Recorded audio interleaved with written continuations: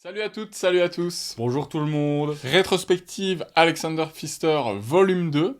Voilà, on n'allait pas vous laisser en 2017, hein, il y a un des jeux préférés de Benja qui est dans cet épisode. Et maintenant vous savez. On est d'ailleurs chez Benjamin, dans sa modeste ludothèque, modeste mais néanmoins très cosy. C'est un bon endroit pour tourner également, finalement. Aujourd'hui, on va parler des jeux de 2018 jusqu'à 2023, et il y aura même, le savais-tu, un jeu vidéo. Un jeu vidéo, non, ça j'ignorais complètement. Alexander Pfister Il a participé. est en train de développer, enfin avec une équipe, hein, mais de superviser le développement d'un jeu vidéo, un roguelike de cartes en plus. Ouf, ça c'est ma cam ça. Restez jusqu'à la fin si vous voulez voir de quoi il s'agit. Slay the Spire Lake. Ouais, un peu dans cette vibe. On va tout de suite commencer. Il y a un peu moins de jeux que dans le premier épisode, mais ils sont plus costauds. C'est ça. Donc il y aura des choses à dire. Et on va démarrer avec 2018. C'est parti.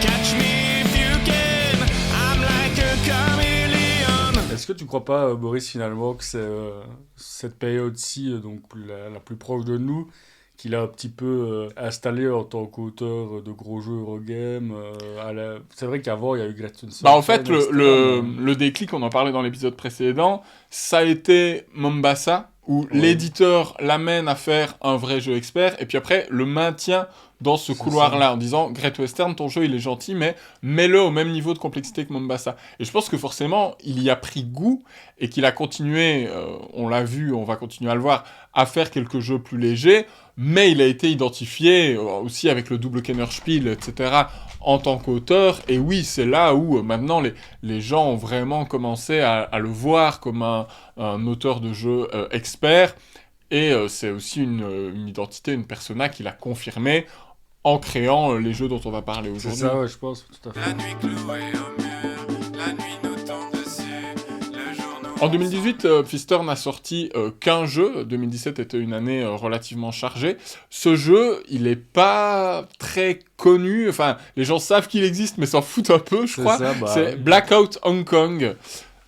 Paf, moi je l'ai. Mais après, il est déstocké un peu partout. Oui, Enfin, on est toujours chez Egerspiel, donc on reste dans cette lignée à peu près de un jeu tous les ans et demi, euro expert de Pfister. On est dans le même canevas qu'un Mombasa, qu'un Great Western, c'est le même genre de durée de partie, etc. Ouais. Mais ils ont essayé de faire un setting un petit peu différent, un petit peu moins à l'ancienne. Là, on est dans du post-apo... c'est plus de l'anticipation, c'est-à-dire que bah voilà où on est entre deux quoi. La société justement ne s'est pas encore complètement effondrée, mais on n'est pas dans la normalité. Et en gros, il y a vraiment, bah, comme son nom l'indique, un blackout. C'est impossible à dire. Moi, je n'arrive pas. Il y a un blackout à Hong Kong, donc il n'y a plus de fourniture d'alimentation électrique dans toute la ville. Et évidemment, vous imaginez les implications que ça dans une mégalopole comme Hong Kong de plus être pourvu en électricité, tous les dérèglements sociétaux, de logistique, d'administration, de ravitaillement que ça peut engendrer. Et donc nous, on est une équipe qui est en charge, qui essaye tant bien que mal, bon an, mal an, de maintenir un semblant de ravitaillement et de civilisation pendant ce blackout. Ouais, Et donc donc, on a un médecin... C'est ça, on doit aller, on va faire des un missions, mécano, on va voilà. aller soigner des gens, on va aller essayer de réparer des trucs, livrer du carburant, livrer des vivres à la population, etc. quoi. Le thème est plutôt cool en fait. Ouais, moi, ça me parle Il de ouf, fonctionne, il est hyper original. Franchement, il y a Mhm. très très peu de jeux à partir de cette thématique. Et il y a un parti pris. La couverture donne pas vraiment envie, mais elle essaye, C'est je sombre. trouve, de faire ressortir en tout cas cette thématique. Et on en parlait un petit peu en off avant. C'est pas un jeu très feel good, quoi. Non. C'est pas. Et moi. J'en ai fait, je crois, 2, peut-être 3 parties, mais à chaque fois très espacées, tant et si bien que aujourd'hui encore, j'aurais du mal à te dire précisément le détail des règles. Je vois l'idée générale, mais c'est pas un jeu qui m'a vraiment accroché. Pourtant, chaque partie, quand elle se termine, je dis, ok, c'était bien, c'était cool, mais il n'y a pas ce petit truc en plus qui fait que tu vas y jouer encore et encore, je trouve. Pour revenir sur la thématique, moi, ça me fait un Mhm. peu penser à This War of Mine aussi. C'est des jeux très noir et blanc, très sombres. À chaque fois que j'y joue, je suis satisfait, mais effectivement, comme tu dis, j'ai du mal à les proposer à d'autres joueurs. ou à moi-même m'y mettre.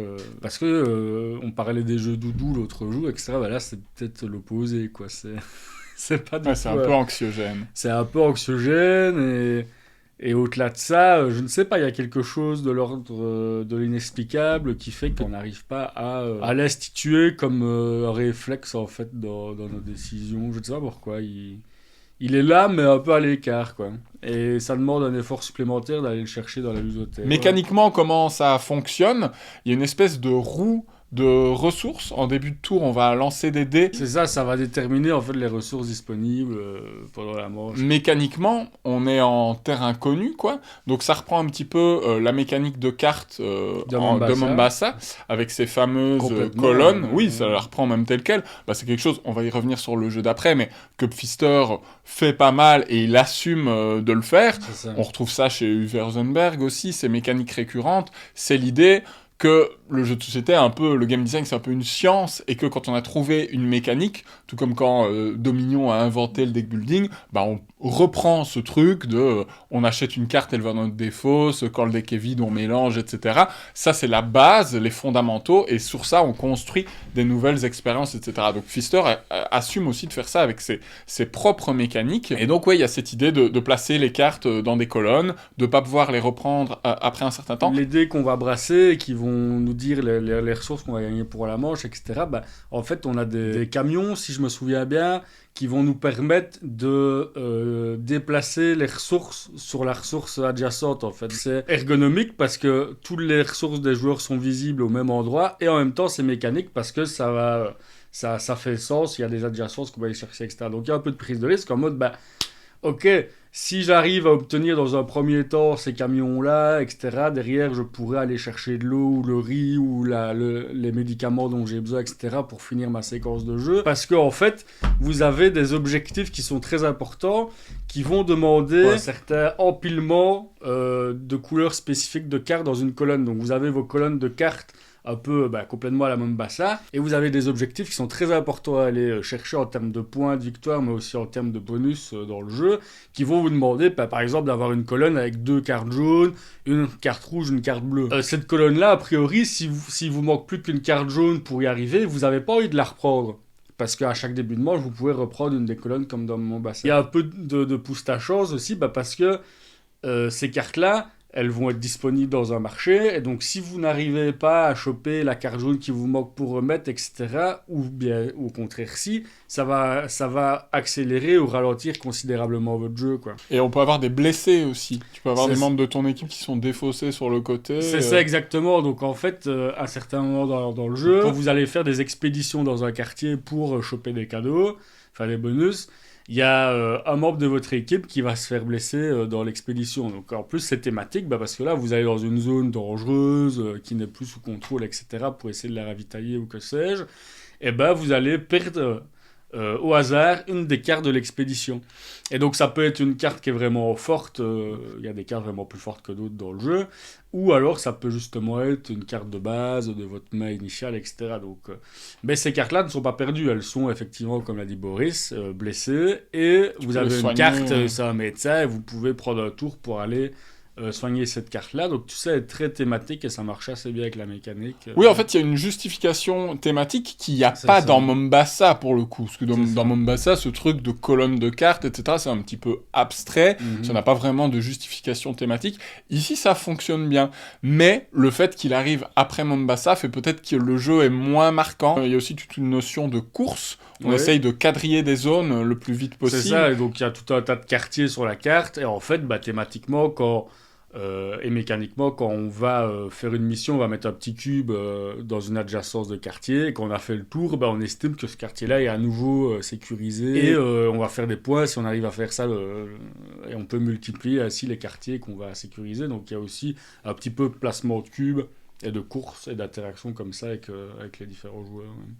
Ouais, sur le papier, le jeu a vraiment tout pour plaire, mais je sais pas, il parvient pas à s'imposer régulièrement sur la table, alors même qu'il est à notre portée. Ouais, et qu'il a des qualités certaines. À 2 joueurs, ça tient en moins d'1 heure. Ouais, et ça tourne plutôt bien. Ça tourne plutôt bien, donc Oui. Contrairement à Mombasa, pour le coup. Contrairement à Mombasa, moi, c'est un jeu que j'aime beaucoup. Moi, je l'ai possédé, et puis j'ai fini par le revendre en me disant que ta copie était suffisante. Ouais, Et de fait, on a dû y jouer 2 fois en 3 ans, donc ouais, c'est voilà. ça. Donc dites-nous dans les commentaires si vous, c'est un jeu qui vous plaît. Je pense qu'il a quand même ses fans. Il y a ces jeux, quand tu les connais encore assez bien, mais pas suffisamment pour te dire, ok, on va le mettre en place facilement et ça va rouler. Ouais, ça Et je me va. rappelle, la dernière fois qu'on l'a ressorti, on a dû quand même pas mal revenir un petit peu aux règles et tout ça, Oui, oui. même si on connaissait le gros du truc. Oui, d'ailleurs, si on est des conneries, c'est pas possible. C'est possible, ouais. Parce que, comme tu dis, on y a bien joué il y a Ouais. 1 an la dernière fois. Et du coup, bah forcément, il y a un peu un cercle vicieux qui fait qu'on ressort ces jeux-là de moins en moins souvent. C'est ça, et plus moins on les ressort, plus ça s'éloigne, etc. Mhm. Donc, remettre sur la table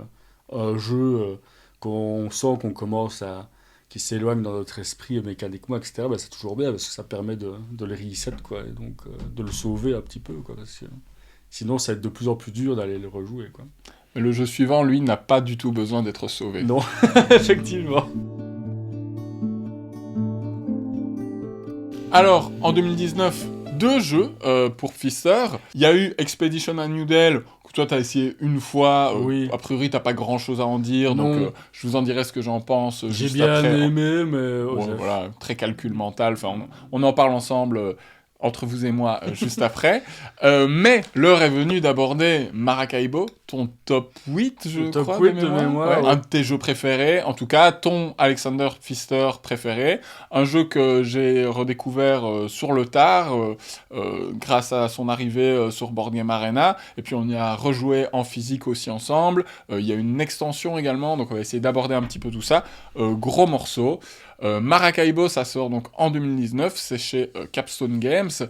Et c'est peut-être le Pfister ultime dans ses sorties récentes, dans le sens où c'est celui qui marie le plus de mécaniques qu'on connaît déjà de lui. Oui. Ça reprend pas mal Great Western Trail. Est-ce qu'il y a d'autres filiations ? Bah, il y a aussi l'usage des cartes, des cartes qui ont des usages multiples. Qu'on va retrouver dans d'autres jeux de Alexander Pfister. Il y a aussi un aspect narratif semi-legacy, donc c'est du legacy mais sans destruction de matériel, et vous pouvez tout à fait expérimenter le jeu sans vous tracasser de ça, parce que en fait à chaque fois que vous allez avancer dans les parties et dans la campagne, ça va vous rajouter des cartes dans votre paquet.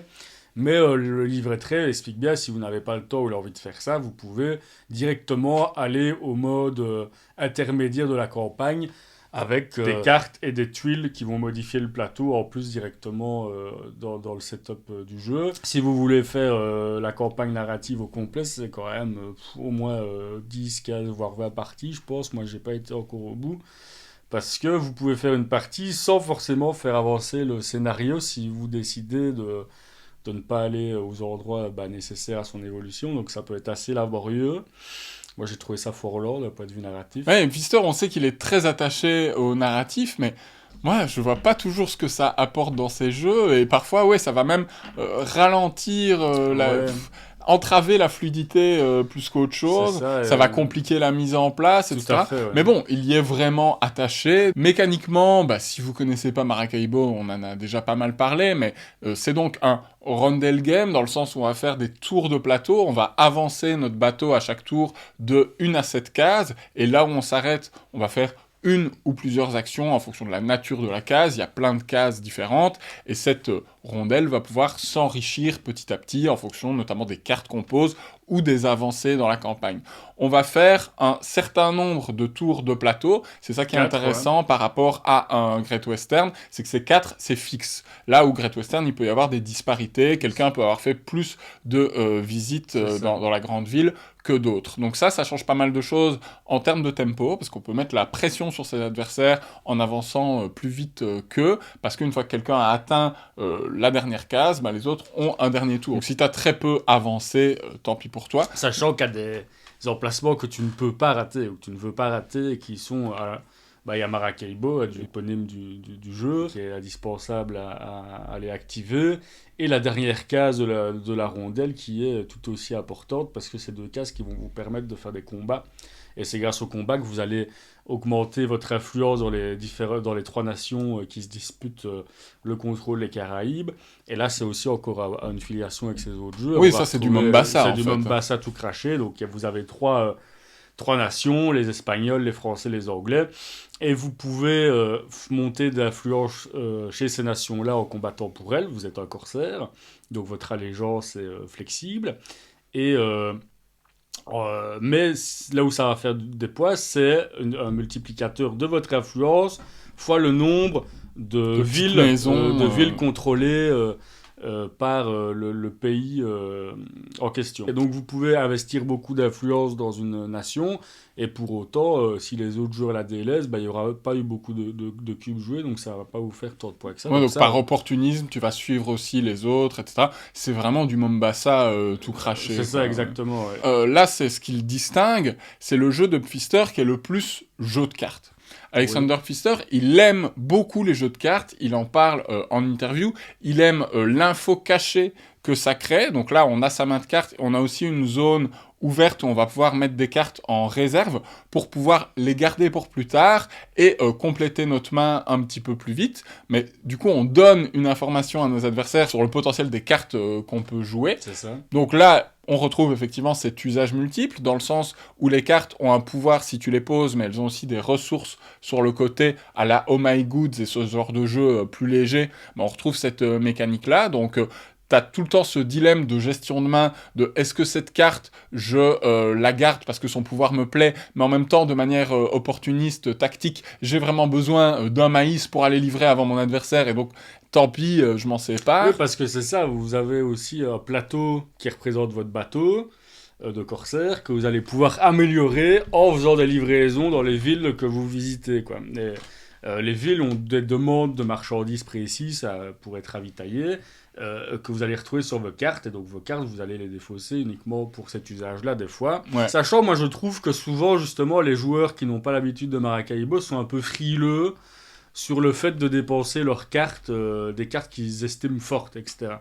Ça peut être vrai dans certains cas, mais moi je trouve que Maracaibo, là où c'est satisfaisant, c'est que certes il y a une rivière de cartes, certes il y a de la pioche random, mais c'est vraiment un jeu où votre main va tourner excessivement. Surtout que tu peux augmenter ta taille de main. C'est ça, en améliorant ton justement plateau. parce que vous n'allez pas dépenser vos cartes uniquement en payant un coût pour les placer dans votre tableau building.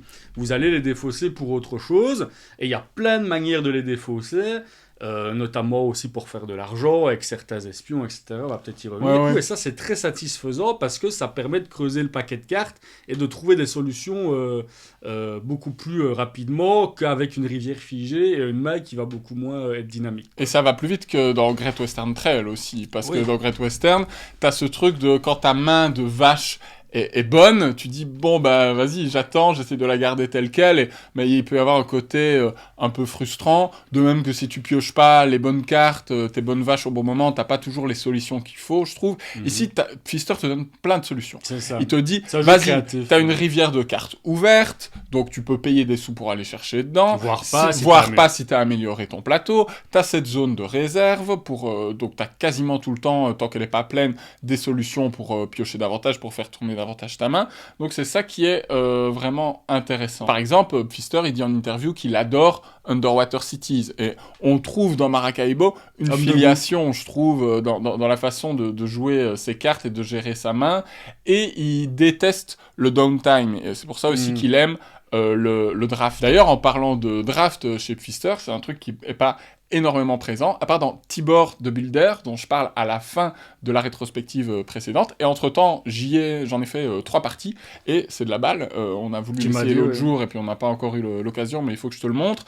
C'est un petit jeu de draft qui se joue en 20 minutes, avec aussi cette notion de cartes à usage multiple, elles ont 3 usages possibles, et on voit que c'est vraiment un Comme truc, dans ces moments-là, qu'il a travaillé, en fait, auquel il a réfléchi dans ce petit jeu minimaliste, qui n'était pas destiné à être dans le setting de My Goods et tout ça, et qu'il a après continué de faire grandir en lui pour en faire une version plus costaud dans Maracaibo. Et il dit aussi en interview que cette notion de garder des cartes en main, pour lui c'est une bonne chose parce que ça réduit les temps morts, enfin la subjectivité, la façon dont tu ressens, la manière dont sont rythmés les tours de jeu, parce que tu peux réfléchir à ta main de cartes pendant que c'est le tour des autres, Ouais, etc. ça c'est vrai. Bon d'ailleurs, les joueurs qui découvrent leur main de cartes quand c'est leur tour, s'il vous plaît, faites un effort. C'est ça qui est intéressant, c'est que l'auteur lui-même pense son design pour que ça s'adapte aussi à ses goûts personnels en termes de qu'est-ce qui se passe à la table, quoi. Et ce truc, de cartes que tu peux mettre pour plus tard dans cette zone de réserve, là, pour le coup, je l'ai pas vu dans beaucoup de jeux. Je trouve que c'est assez original. C'est vraiment une bonne idée. Et ça aide à la planification et donc à la fluidité aussi de C'est ça, et donc l'expérience. pour revenir un petit peu sur les actions possibles, c'est vraiment très divers, hein, parce que quand vous allez déplacer votre bateau, plus vous le déplacez, plus vous avez d'actions activables potentielles, mais vous pouvez faire plein d'autres choses. Quand vous arrivez quelque part, si c'est un village ou une ville, déjà, vous n'allez pas avoir les mêmes options. Donc les villes ont des actions fixes, mais qui vont changer de setup en setup en fonction de la partie. Les villages, de base, vous allez juste activer des actions de base, donc jouer des cartes ou activer un espion si vous avez joué une carte qui met un espion dans ce village-là spécifiquement. Dans Grace of Time, vous mettez des bâtiments qui vont modifier la rondelle. Ici, vous allez mettre des espions dans les villages, qui vont aussi être des actions spécifiques à vous. Et ça, c'est un truc que j'aime beaucoup dans les jeux et qui n'existe pas tant que ça. On va en reparler sur Moon Lake, c'est un petit peu personnifier ces possibilités d'action. Et ça, dans Maracaibo, c'est possible. Et donc, vous allez vous faire un moteur d'action qui est spécifique à vous. Et ça, c'est assez agréable. Parce que du coup, vous allez avoir un jeu avec énormément d'interactions avec l'affluence, les combats, les cartes, les objectifs, etc., les quêtes. Mais en même temps, vous avez un truc assuré à vous. Vous devez quand même prendre le tempo des autres joueurs dans votre raisonnement, etc. Donc moi, je trouve ça un équilibre qui est est-ce vraiment que je vais avoir intéressant. le temps de profiter de cette action qui m'est C'est spécifique ça. parce que l'autre, il est en train de C'est ça. rusher, etc. Donc, espion, action de ville, poser des cartes. Vous pouvez aussi faire des quêtes. Donc, vous avez des quêtes à certains endroits des Caraïbes où les quêtes vont vous demander souvent, pas toujours, mais souvent, de défausser justement des cartes avec des ressources spécifiques dessus. Donc, c'est encore une autre utilisation des cartes qui permet encore une fois de faire tourner votre main et qui vont vous faire gagner des bonus qui sont parfois très forts. Vous allez pouvoir aussi explorer une jungle. Des fois, vous allez snobber cet aspect-là, mais si vous essayez d'y aller un peu, ça peut vraiment être assez fort. Donc voilà, il y a énormément de possibilités de jeu, d'action et de créativité dans Maracaibo, et l'extension rajoute encore des possibilités d'action et rajoute encore de la personnification. Parce qu'au début du jeu, vous allez aussi piocher des objectifs personnels. C'est la promotion amirale, là. D'ailleurs, c'est la carte la plus laide du jeu. Là où l'esthétique est assez réussie, et cette carte-là, je sais pas ce qu'ils ont fait, c'est vraiment pas beau. Vous avez un vieux mâle, c'est un peu éclaté. Et donc, bref, vous avez 3 objectifs spécifiques à remplir. Le plus tôt possible, c'est le mieux, parce que ça va vous donner des marins qui sont des fois nécessaires pour faire certaines qui sont poses de cartes. une ressource assez rare. Assez rares, qui servent à plein de choses aussi. Et de l'argent. Et donc, par exemple, dès que vous allez faire 3 quêtes, vous allez pouvoir choper de l'argent et votre bonhomme, voir des points de victoire. Ça va aussi... quand vous découvrez le jeu, ça vous donne un axe. Donc ça, c'est toujours bien à suivre. Et quand vous maîtrisez plus le jeu, ça va vous permettre d'optimiser votre séquence encore plus. Sur le côté déblaiement du plateau, c'est un truc qu'il y a aussi dans Great Western Trail, en enlevant les petits disques. Mais ici, il est beaucoup plus marqué parce qu'il te donne une orientation stratégique beaucoup plus forte et qui n'est pas toujours la même. Comme tu le disais, c'est un jeu créatif, quoi. Là, on en parlait avec Great Western, ce truc des ouvertures un petit peu automatiques, etc. Le fait que quand on joue avec l'extension, c'est quasi sûr qu'on va débloquer le disque qui nous permet de poser 2 magasins, etc. Ici, ça dépend un peu du style de jeu, des envies, et il y a une notion de tempo sur une certaine case du plateau qui vous permet d'avancer jusqu'à la bannière suivante, sur la piste des combats, et donc à toi de bien... Il faut bien tempo ça, de réfléchir à quand tu vas le déclencher. T'as des points de victoire flat, donc a priori, tu vas pas les choper tout de suite, mais en même temps, peut-être que si tu le fais trop tard, t'auras pas le temps de les déblayer, et donc les autres vont avoir un avantage significatif là-dessus. Il y a aussi le coup d'augmenter le nombre d'actions qu'on peut faire.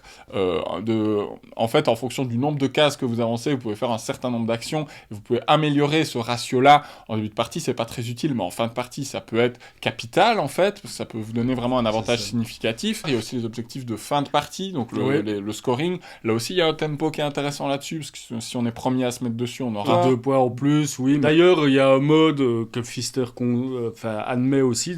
Dans les règles de base, vous découvrez les objectifs de fin de partie. C'est le compte manche, en fait. Donc vous avez un nouvel objectif révélé à la fin de chaque manche.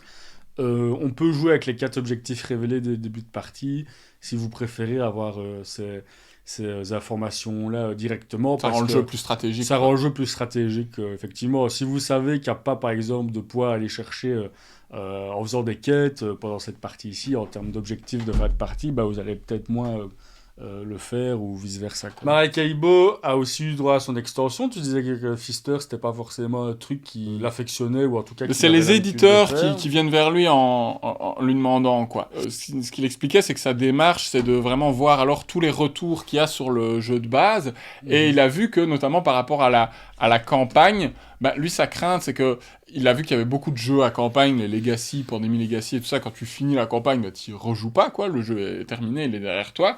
Et lui, il disait que beaucoup de joueuses lui faisaient le retour d'être très content avec le jeu de base et de pas faire la campagne, ou alors d'avoir fait la campagne et de continuer à y jouer. Et lui, il avait envie vraiment que le jeu ait ce coffre-là et que la campagne soit facultative, et il a refait la même chose dans Cloud Edge après. Donc, c'est l'idée d'avoir plusieurs niveaux de lecture et de ne pas être privé de certaines fonctionnalités si tu ne fais pas cette campagne, si tu ne fais pas ce mode histoire, quoi.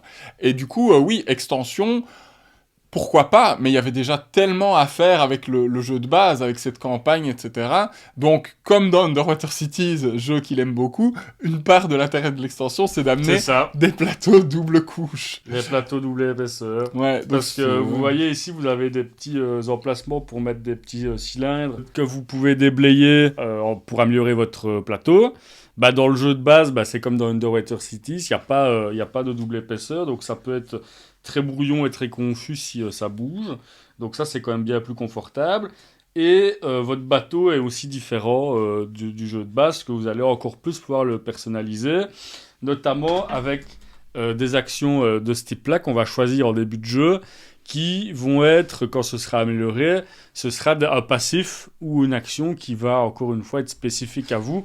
Et c'est très puissant la plupart du temps. Par exemple, celle-ci, pour vous dire, à chaque fois que vous activez la possibilité de faire des actions village, vous en faites une de plus. Ou encore celle-ci, bah, à chaque fois que vous faites un combat pour les Espagnols, ça vous rajoute une option en fait de dépenser des points de combat pour faire de l'argent et monter pour les Espagnols au mieux de faire autre chose. Ah ouais, tu peux un peu contrôler cette notion de carte combat qui est révélée, que tu peux pas toujours prévoir. C'est ça, il y en a plein de différentes, et donc ça va aussi encore une fois modifier votre expérience et votre axe de développement de partie en partie.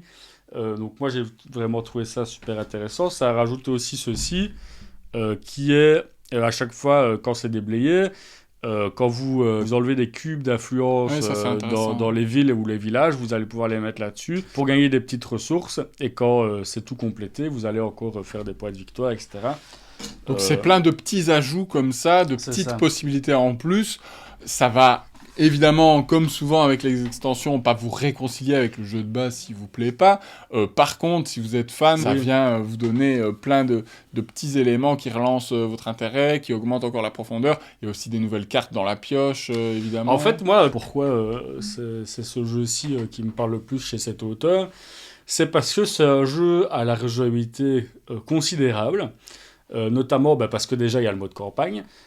Si vous ne faites pas de mode campagne, vous pouvez quand même moduler sa difficulté, ou en tout cas sa complexité, en faisant des setups plus ou moins avancés de la campagne, mais sans l'avoir faite. Donc par exemple, moi quand j'initie un nouveau joueur, je vais le faire en mode vanille entre guillemets, et quand on veut aller plus loin, on peut pimper le plateau en mettant des villes ou des effets plus compliqués qui peuvent être plus difficiles à appréhender en première partie. Donc déjà il y a ça. En plus, avec l'extension, vous avez toutes ces variables sur votre plateau. Vous avez aussi énormément de cartes. Je crois qu'il y a un paquet de cartes comme ça. Et vous allez en mettre que 40 de ces cartes spéciales dans les cartes de base qui vont être retrouvées à chaque partie. Et donc, il y a des cartes qu'on ne va pas avoir dans certaines parties. Et quand vous allez tomber dessus, ça va vous ouvrir aussi des possibilités stratégiques et tactiques différentes.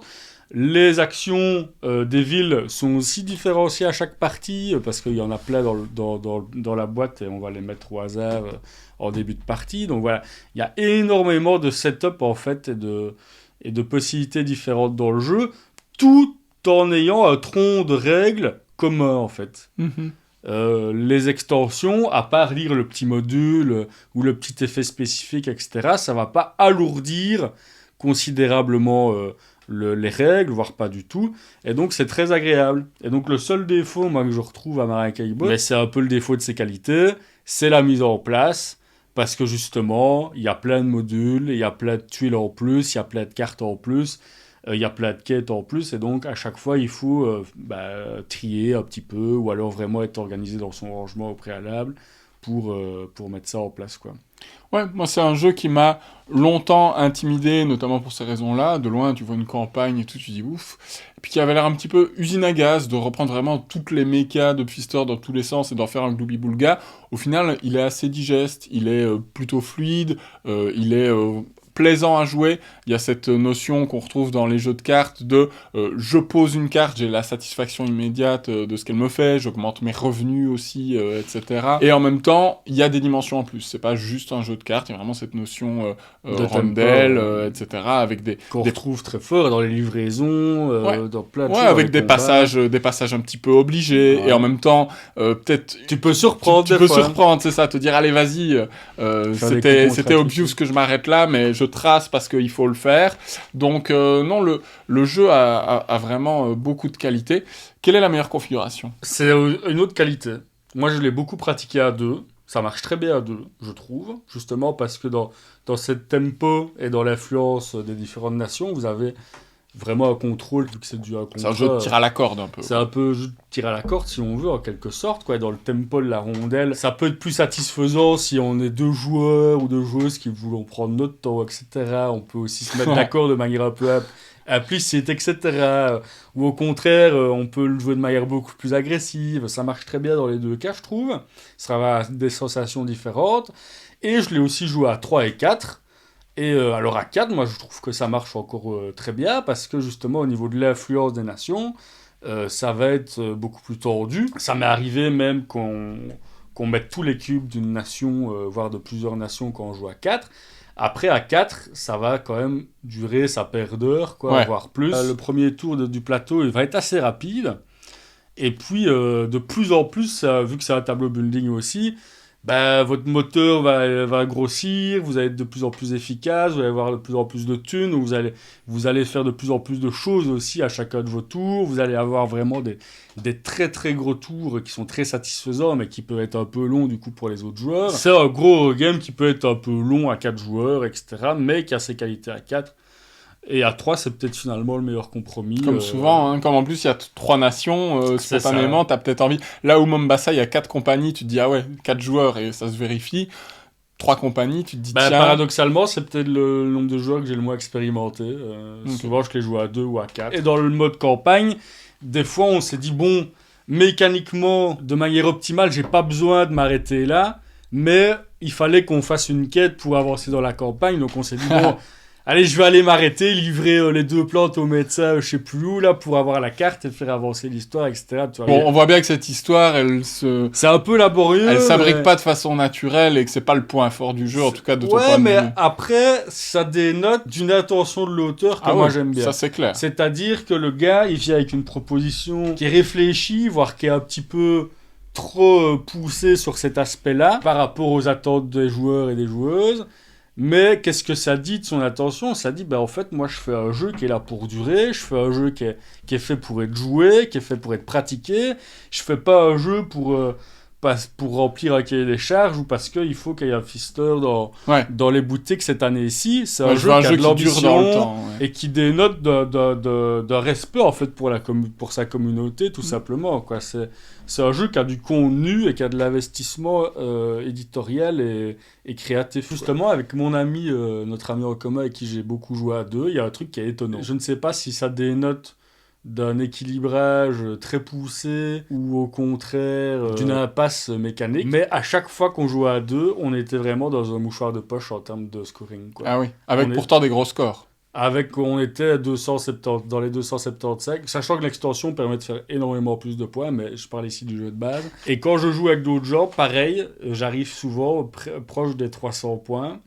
Et les joueurs, etc., qui connaissent bien le jeu, arrivent souvent dans cette tape-là aussi. Mais le fait que les deux joueurs soient vraiment comme ça, à 2 points près sur un score de 275, je trouve ça intéressant à relever, mais je ne sais pas ce que ça dit du jeu. Il peut y avoir plusieurs interprétations possibles. Est-ce que c'est pas chiant quand il y a des effets d'aubaine, notamment avec les cartes combat qui sont complètement random? Est-ce que ça peut pas du coup tirer un joueur vers le bas si l'écart de points à l'arrivée est si serré? Ça va s'équilibrer, je pense, parce que Bon, les si deux c'est- joueurs vont en bénéficier. Et puis quand tu maîtrises le jeu, tu peux dire bon, bah, si je vais faire le combat avant, bah, je vais jouer la nation pour qu'il n'y ait pas de troisième, pour qu'il Ah n'y ait oui, pas le plus parce que 3. vous avez des bonus quand vous choisissez de combattre du côté Oui, du ça troisième. aussi, c'est très thématique. En tant que corsaire, bah, c'est plus risqué pour vous de vous engager pour la nation qui est le plus en difficulté, donc vous êtes plus récompensé si vous le faites.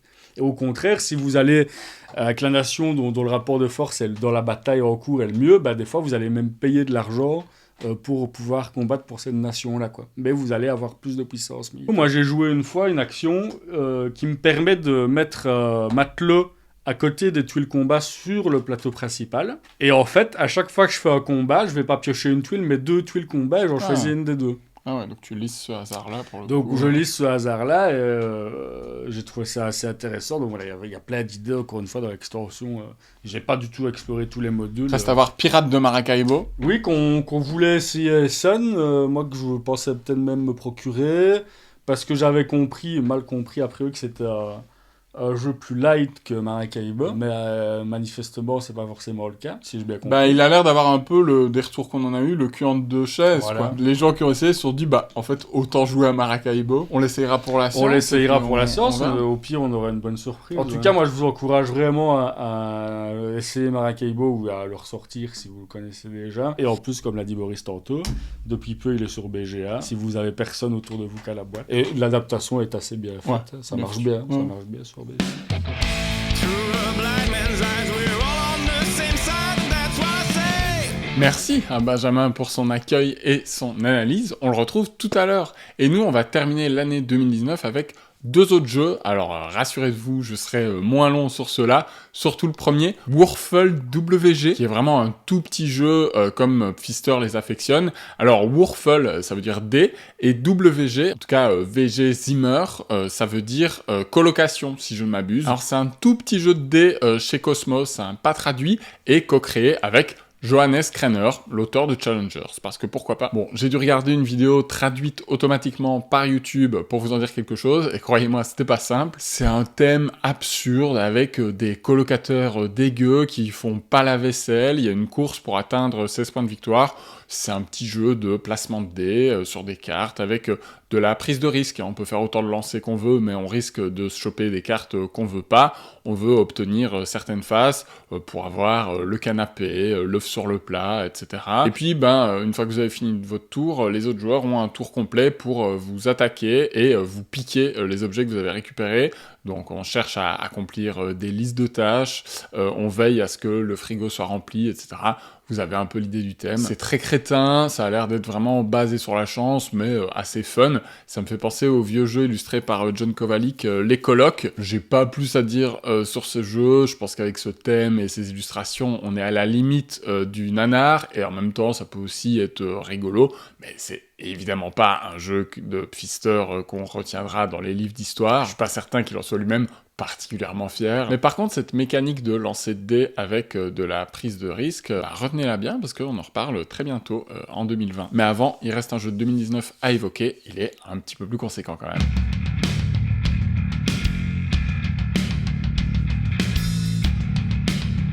Troisième jeu de 2019, à mi-chemin entre ce petit jeu de dés et le gros jeu de plateau Maracaibo, c'est Expédition à New Delhi, une sorte de version augmentée de My Goods, un jeu initié déguisé, puisque d'accord, il y a un plateau, il y en a même plusieurs, hein, on en sélectionne un en fonction de notre avancée dans la campagne, mais ce plateau, il se passe pas grand-chose dessus en fait. On va simplement y placer des maisons lorsqu'on construit une carte bâtiment, sans qu'il y ait une vraie tension sur ce placement. Il n'y a pas vraiment de course, à part de rares exceptions dans certains scénarios, il n'y a pas de majorité. Voilà, Expédition à New Delhi, c'est plus un jeu de cartes augmenté qu'un jeu de plateau à part entière. Personnellement, Newdale, ça a été mon entrée dans l'univers de Longsdale, donc bien avant Tibor, que j'ai découvert récemment, et moi j'ai jamais joué à Royal Goods ou à Oh My Goods. Expédition Newdale, je l'ai vu beaucoup déstocker, et j'ai fini par craquer, en sachant bien que les jeux à campagne, ils sont rarement faits pour moi, j'ai souvent la flemme d'aller au bout, et ça se vérifie avec celui-là en fait. J'en ai fait 7 parties en un an, et puis j'ai complètement perdu l'envie d'y revenir, et j'y ai plus touché depuis novembre 2022. On retrouve des ingrédients qu'on connaît, comme les cartes à usage multiple, on peut les construire en tant que bâtiment pour obtenir une production. Certaines cartes affichent aussi des ressources qu'on peut défausser au moment de la production pour renforcer celle-ci, et gagner une ressource supplémentaire en bonus au passage. Mais le vrai défi d'Expédition Newdale, c'est de monter une chaîne de production. Du blé qui va créer une vache que vous allez transformer en viande, tout ça pour mettre le plus de cubes en bois possible sur votre bâtiment qui rapporte la ressource la plus coûteuse. Quand vous jouez en solo, le jeu vous impose un certain type de ressources dans lequel il faut atteindre une valeur seuil, et puis aussi une force militaire minimale à acquérir pour l'emporter. Tout ça donne un jeu assez calculatoire et dirigiste, très capitaliste en fait dans son esprit. Vous cherchez simplement à obtenir le meilleur rendement possible. On est loin de l'aspect rapide, fun et léger d'un Tibor, puisque les parties font plutôt 1 heure en solo, voire beaucoup plus en multi. En fait, personnellement, moi j'ai vu aucun intérêt à y jouer à plusieurs, tant l'interaction est faible et le puzzle personnel. Pour moi, on a envie de jouer en solo en fait à ce jeu-là pour se concentrer sur ses calculs, puisque c'est vraiment ça en fait, c'est un jeu de calcul mental. On veut faire son optimisation tranquillement dans son coin sans devoir se dépêcher parce que les autres nous attendent. Mais c'est pas tout, le jeu propose un drôle de mélange parce que avant l'aspect calculatoire de la production, il y a de la programmation et de la prise de risque. Comme souvent chez Pfister, car là, à chaque tour que compte le jeu, vous commencez par tirer une carte qui vous indique la main-d'œuvre qui sera disponible pour tout le monde ce tour-ci, donc des ouvriers de couleur. Par exemple, il y aura 2 ouvriers jaunes et 2 ouvriers verts à coup sûr, plus un certain nombre qui seront tirés du sac. Là, le problème, c'est que votre manufacture, elle réclame 3 ouvriers jaunes et 1 vert pour fonctionner. Donc, il va peut-être vous manquer un ouvrier jaune. Alors, est-ce que vous allez tenter le coup malgré tout ? Est-ce que vous optez pour une production à coup sûr, mais avec un rendement moins performant ? Ou est-ce que, tout simplement, vous changez vos plans, sachant que vous pourrez aussi vous défausser de certaines cartes pour compenser l'absence d'un ouvrier si jamais ça merdoit ? Franchement, le système est assez malin, puisque vous devez déposer vos 2 jetons de programmation avant que les ouvriers soient tirés du sac, évidemment. Vous débutez avec 2 jetons de programmation, vous pouvez en débloquer jusqu'à 4. Alors, quelle production est-ce que vous allez tenter d'activer ?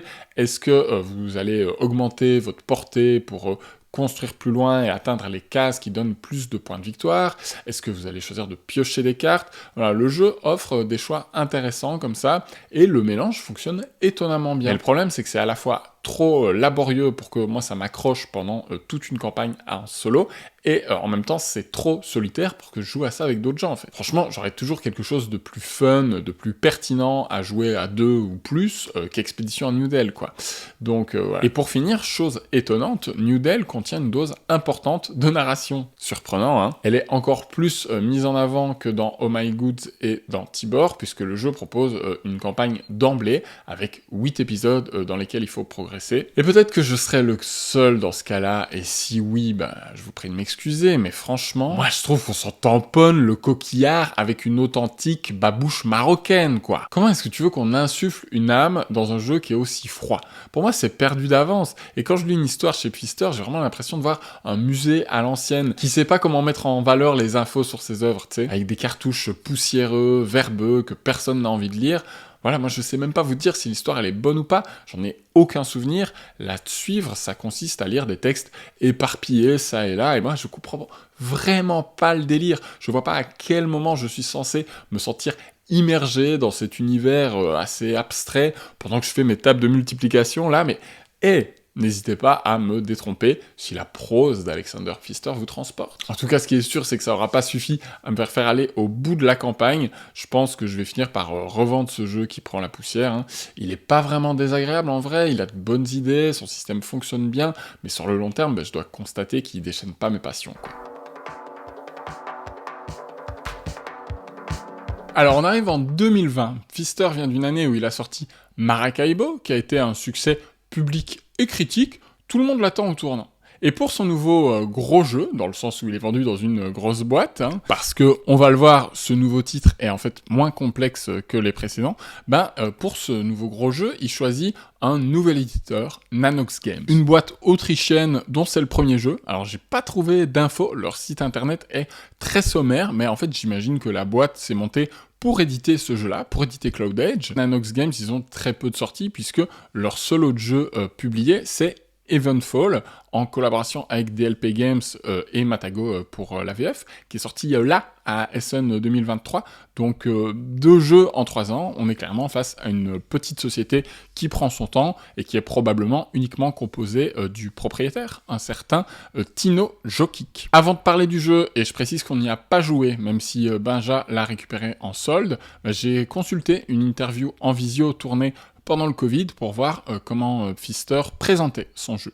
Et il explique qu'il voulait pour la première fois un thème plus moderne. En fait, on est face à un thème vaguement écolo, avec un univers dystopique dans lequel le collectif anarchique Cloud a saboté d'innombrables sites de production de pétrole à travers le monde lors d'une attaque massive.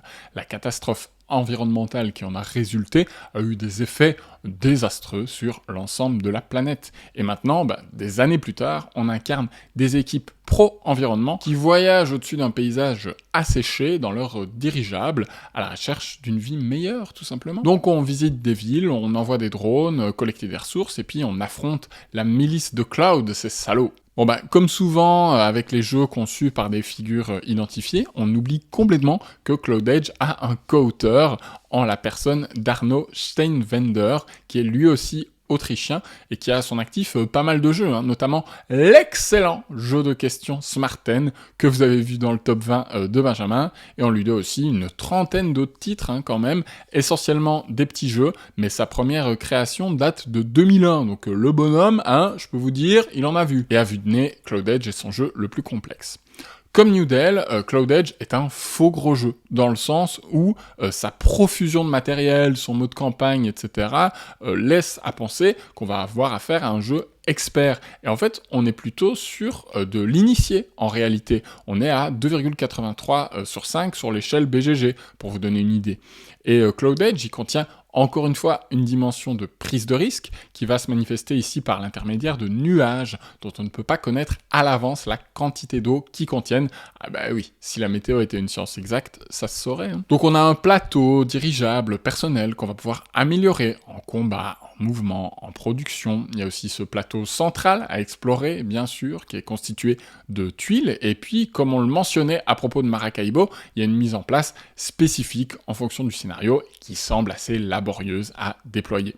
Chaque tour commence par une phase de production. On va aussi tirer 2 cartes de notre deck personnel. La plus faible nous donne de l'énergie ou des cartes, et la plus haute sera utilisée durant la phase de mouvement. On va avancer sur le plateau, on va pénétrer dans les villes, ce qui va déclencher des combats qu'on résout en dépensant de l'énergie pour piocher des cartes qui augmentent notre force de frappe. Et ensuite, on peut collecter des ressources, améliorer notre dirigeable, développer une nouvelle plantation.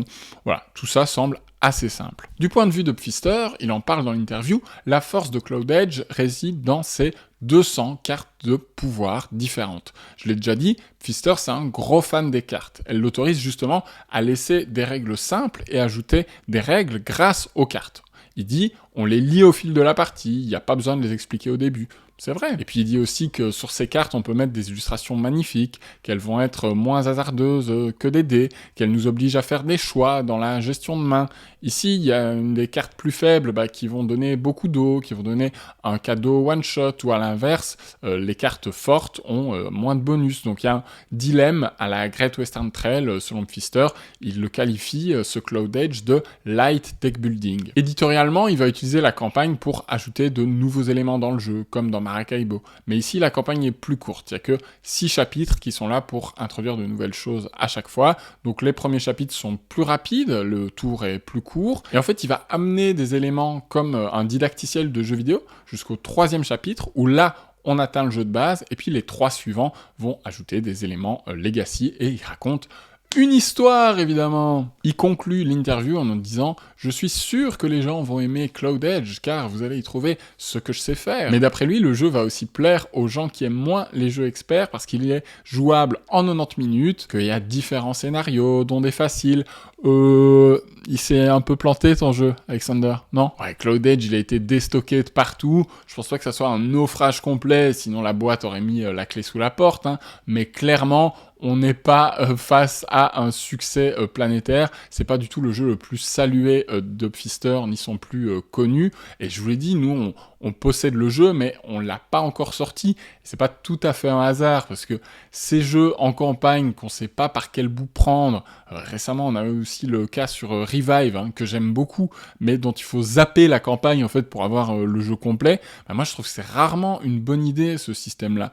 Tu te dis, ok, je dois faire 3 parties avant d'accéder au jeu complet, et tu peux évidemment directement te lancer dans le scénario 3, mais c'est pas comme ça que le jeu a été pensé, donc ça donne un sentiment bizarre. Et honnêtement, c'est un pari risqué, hein, ces histoires de parties didacticielles, parce que si ta première partie, elle te plaît pas, je suis pas sûr que tu vas vraiment y revenir en te disant « Allez, ça va être mieux ». Tu pouvais faire ça il y a 20 ans, quand les sorties de jeux de société étaient moins nombreuses, mais là, on est tellement abreuvé de nouveautés tout le temps que qui va avoir la patience de faire un didacticiel pour découvrir ce que le jeu a dans le ventre?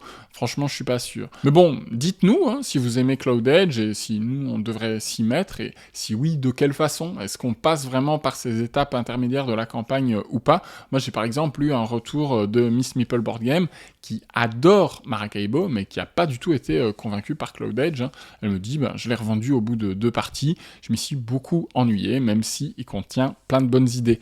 Moi, je pense que c'est encore un jeu qui a le cul entre 2 chaises, que le jeune éditeur a laissé partir Pfister en roue libre sans le canaliser, et ça donne un résultat en demi-teinte. Mais voilà, manifestez-vous dans les commentaires si vous pensez l'inverse.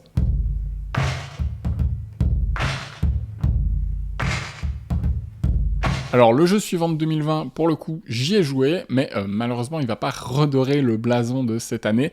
Monster Expedition, ça a été pour nous une immense déception, parce qu'on l'attendait beaucoup. C'est un jeu qui se déroule dans l'univers de Carnival of Monsters, hein, de Richard Garfield, un jeu de draft qu'on adore, qui est très simple, mais très agréable et fluide. Et quand on a vu ASN que Pfister avait réalisé son adaptation en jeu de dés, on était comme des dingues, en fait. On était turbo chaud. Et ça a été la douche froide quand on l'a essayé. Moi, je l'ai revendu au bout de 2 parties. Comme dans le jeu de base, il va s'agir de capturer des monstres en prenant plus ou moins de risques, mais la comparaison s'arrête là, parce que Monster Expedition oublie complètement d'être fun. Vous avez une rivière de cartes face à vous. Les cartes sont liées aux 3 types de territoires. Il y a des forêts, il y a des déserts, et puis il y a des fonds marins. Et chacun de ces territoires va correspondre aussi à une couleur de dés, vert, jaune ou bleu. Au début de votre tour, vous allez choisir une couleur et lancer un certain nombre de dés neutres, plus un dé de la couleur correspondante, en fonction du niveau de votre campement dans cette couleur. Et puis, quand vous lancez les dés, en fait, vous jouez à Picomino. Alors, si vous connaissez pas ce grand classique de Reiner Knizia, c'est très simple. À chaque lancer de dés, vous devez conserver tous les dés d'une seule valeur, un petit peu comme à Las Vegas. Donc, par exemple, j'ai tiré 3 2 et 2 6, je vais garder les 2 6. Et puis, je choisis de continuer ou de m'arrêter. Si je continue, je relance les dés restants, ceux que j'ai pas banqués, et je devrais cette fois conserver une valeur que j'ai pas encore choisie dans le tour. Donc je peux pas à nouveau sélectionner les 6 si c'est ça que j'avais gardé précédemment. Et si je me plante, que je fais un lancer dans lequel je peux garder aucun chiffre, je vais, dans ce jeu-ci, perdre mon plus haut dé conservé jusqu'alors.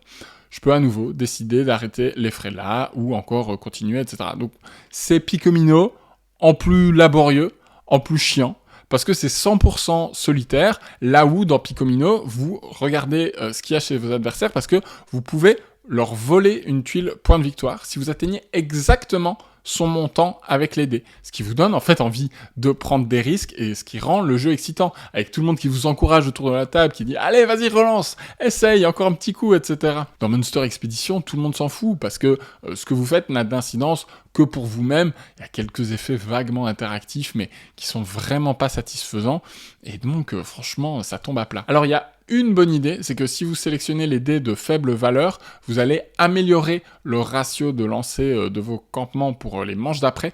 Mais franchement, c'est pas ça qui va suffire à vous tenir en haleine. Et il y a une autre petite idée sympa, c'est que quand vous remplissez la rivière de monstres parce que vous avez acheté une carte, vous pouvez placer des sceaux de votre couleur sur certaines cartes. Alors ça n'empêche pas les autres de les acquérir, mais si les cartes sont toujours là à la fin du jeu, là vous les capturez gratuitement. Donc l'idée elle est vraiment cool sur le papier, mais dans les faits ça marche pas vraiment, parce que ces sceaux, ils sont pas vraiment prégnants, à part à la fin de la partie, et là, ça donne un côté, du coup, opportuniste, hasardeux, et un petit peu injuste en fonction de quand elle tombe cette fin de partie. Les monstres, ils ont aussi quelques effets one-shot, comme améliorer ses campements, ou voler un truc à un autre joueur, des petites capacités permanentes. Par exemple, si un autre joueur a pris un 8, vous pouvez vous aussi améliorer votre campement. Et ça sent un petit peu le truc artificiel, imaginé pour renforcer l'interaction. Et ça aussi, ça tombe à plat, parce que personne va se priver de sélectionner un 8 pour vous empêcher d'améliorer votre compétence. Personne ne fait ça. Ça rend juste le renforcement des campements peu satisfaisant, parce qu'il arrive un petit peu tout le temps, y compris pendant le tour des autres. Du coup, vous êtes quasiment certain que vous serez au max d'ici la fin de la partie, donc rien de bien satisfaisant à le faire, et voilà, du coup, en fin de partie, vous ennuyez encore plus, parce que vous avez déjà amélioré vos cartes, vous savez plus trop quoi faire dans le jeu, à part juste chercher à accumuler des points de victoire. Donc voilà, de notre côté, ça a été un flop total, le jeu manque vraiment de fantaisie, il manque d'originalité. C'est une copie rethématisée qui n'a rien à proposer de mieux que les deux jeux dont elle s'inspire, en fait, que ça soit Carnival of Monsters pour le thème, l'univers, les illustrations, ou Picomino, et donc autant jouer à ces deux références-là, si vous voulez mon avis. Moi, j'ai vu très peu de gens parler de ce jeu, mais n'hésitez pas, comme d'habitude, à nous faire signe s'il vous plaît de votre côté, hein. Et pour l'heure, on se retrouve chez Benja pour aborder l'année 2021. Retour chez Benjamin, on arrive en 2021. Boon Lake, un jeu qui a pas tellement fait parler de lui, j'ai le sentiment. On vient de regarder, il était pas dans les diamants d'or, par exemple. Pas autant qu'on aurait pu s'attendre, quoi. Ben oui, tu dis un nouveau Pfister, généralement ça va créer l'événement. Ben, je crois que comme Black Out Hong Kong, il a pêché par son thème que les gens n'ont pas compris. Moi j'ai vu que certaines parties duraient 4 heures. Ça m'a pas donné envie de m'y mettre et j'ai pas eu l'opportunité de l'essayer. Mais toi, Benjamin, t'as fait quoi? 2 parties? J'ai fait 2 parties, ouais. Mais il y a déjà un moment, quand le jeu est sorti. Et Boon Lake, moi, c'est un jeu que j'aime bien, mais qui me frustre parce qu'il y a plein de choses que j'aime bien chez lui, notamment sa mécanique de sélection d'action, on y reviendra. Mais il y a d'autres choses qui me gênent vraiment trop, quoi. Notamment sa longueur. Est-ce que tu peux nous le présenter mécaniquement, thématiquement? On voit bien que c'est un peu thématiquement, flottant. si j'ai bien compris, c'est une version alternative du Far West américain. Il y aurait des lacs ou je sais pas quoi. En tout cas, on va me faire des vaches. On va mettre des vaches sur des tuiles. Voilà, c'est pas clair. L'esthétique, moi je la trouve brouillonne, que ce soit sur le plateau ou l'esthétique des cartes.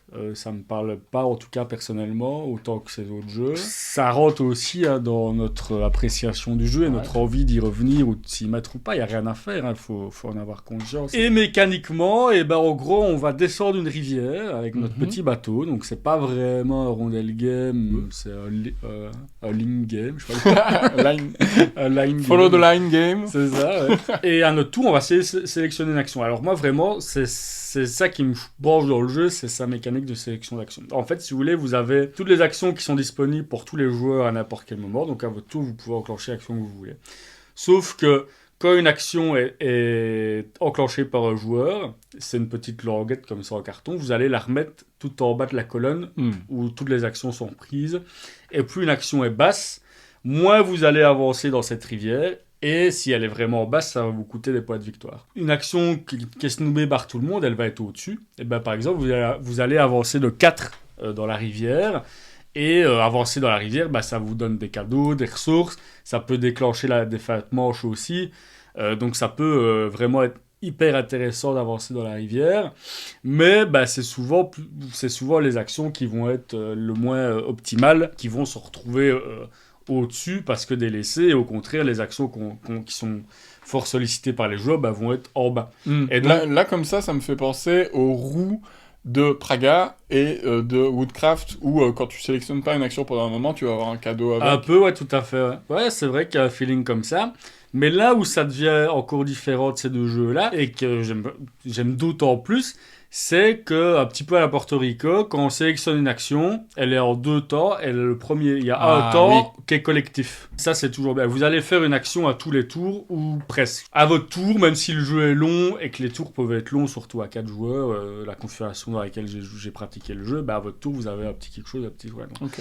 Donc, quand vous allez prendre votre action, il y a énormément de choses à prendre en jeu. Il y a les effets directs de cette action. Des fois, ça va être prendre une carte, que c'est aussi un jeu de placement de tuiles et de tableau building. Donc il y a toutes les applications que vous pouvez imaginer dans le placement d'une tuile ou de poser une carte. Il y a l'action que ça donne aux autres joueurs.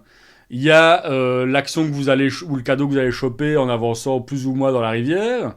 Donc il y a tout ça à prendre en compte. Il y a l'action que vous allez faire monter aussi. Vous dites, cette action-là, elle est quand même très forte. Si je la prends pas, elle sera encore plus haute, donc encore plus intéressante pour le jour d'après. Donc il y a tout ce rapport-là quand on va sélectionner une action que moi je trouve que c'est vraiment la qualité première du jeu, quoi. Après, malheureusement, tout ce qui en découle est un peu moins intéressant pour moi. Par exemple, il y a une action qui permet de passer des tuiles. En début de partie, elle va être très souvent prise, donc souvent en bas dans la colonne. Et fin du jeu, à l'inverse. Elle va être au-dessus souvent parce que soit le plateau est complet, soit c'est beaucoup moins intéressant de mettre des tuiles à ce moment-là. Les actions vont être aussi plus ou moins recherchées en fonction de l'avancée de la partie. Ce qui rend intéressant le système, mais qu'il dévalue un petit peu, je trouve. Après, dans le placement de tuiles, c'est relativement classique. Vous allez poser une tuile, vous allez gagner un cadeau. Donc des fois, vous allez poser une tuile juste pour avoir le cadeau. Mais en même temps, vu que quand vous posez une tuile, ça doit être adjacente à une autre tuile posée par un autre joueur ou vous, des fois, vous allez ouvrir aussi le jeu, quoi. Il y a des cadeaux qui sont plus loin, etc. Donc, il y a cette interaction-là directe qui est aussi très intéressante. Mais après, sur les tuiles, qu'est-ce que vous allez faire ? Vous allez poser des vaches ou des bâtiments qui vont améliorer votre plateau, comme dans les autres jeux, et qui vont faire un scoring. Il y a des pistes aussi, des pistes de revenus. Alors, en sous, en pioche de cartes et en point de victoire, si ma mémoire est bonne. Et un truc qui est vraiment intéressant, je vais en parler dans Maracaibo, c'est la possibilité de faire son petit moteur d'action personnelle. Parce que vous allez, sur votre plateau, vous allez pouvoir ajouter des portes à des actions et activer ces portes à certains moments pour faire des actions ou avoir des cadeaux en plus qui vous sont spécifiques. J'ai pas assez poncé le jeu pour dire ça, mais il y a vraiment, pour le coup, je pense, des ouvertures ou en tout cas des stratégies bien identifiées en rapport avec ces portes et certaines prises d'action, etc. C'est un jeu que j'ai envie de rejouer, mais qui, chez moi, chez toi, chez la communauté de joueurs en général, a pu refroidir sur certains aspects, son thème, son esthétique, sa longueur, son impasse mécanique dans certaines situations, etc. Sur la checklist Upfister, est-ce que les cartes ont plusieurs utilisations possibles ? Alors, les cartes ont plusieurs utilisations possibles, effectivement. Donc, soit vous allez les jouer pour leur point de victoire, il y a des cartes qui ne servent vraiment qu'à ça, quoi.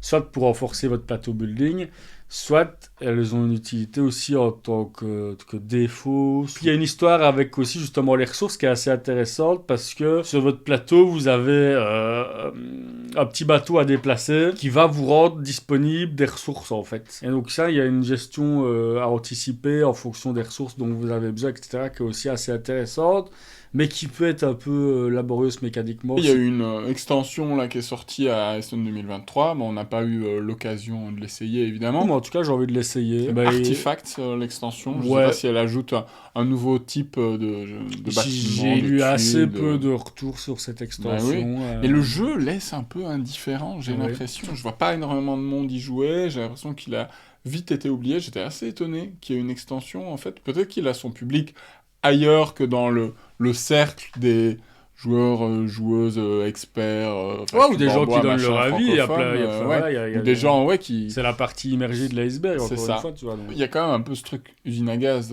j'ai l'impression.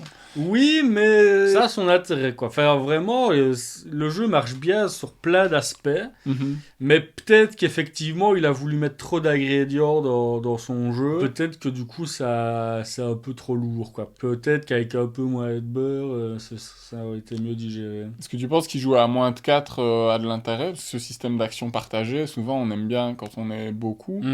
Mais voilà, je sais pas. Faudrait voir, faudrait essayer. Je serais curieux d'essayer à 2, effectivement. Après, il faut voir si justement toute l'attention et l'intérêt ne retombent pas. Est-ce que ça va pas être trop facile de faire des actions vraiment value ? Après, à 4 joueurs, oui, c'est ça. La disponibilité des actions peut vraiment changer. Et si vous misiez tout sur cette action-là, elle va être spécifiquement là à mon tour, parce que du coup, je vais pouvoir avancer d'autant avec mon bateau. Du coup, ça va me faire gagner ça, ce qui rend possible tout le reste de mon tour. Et le gars juste avant vous le prend active cette action-là, et du coup, ça va mettre tout en question. Ouais, c'est moins facile de planifier. C'est moins facile de planifier à 4, qu'à 2, j'imagine. Mais en même temps, il y a plus de tension, et c'est encore l'intérêt de ces jeux-là, quoi. C'est la tension, je pense. Mais si vous avez un avis sur Boonlake, voilà, nous, c'est puis pas j'ai le peut-être dit plein de plus, conneries, n'hésitez pas à me corriger. Et nous, on se retrouve chez moi pour évoquer Great Western Trail Argentina. Je disparais derrière cette très belle boîte d'extension de Maracaibo.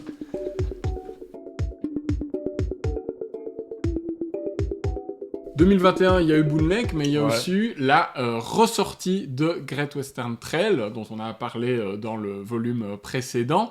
Donc, nouvelle version qui remet un peu au goût du jour, qui rééquilibre un peu, qui ajoute les jetons x2 dans le jeu de base, etc. Qui va aussi revenir avec l'extension Ruée vers le Nord, là aussi dans une nouvelle édition, pour assurer la compatibilité.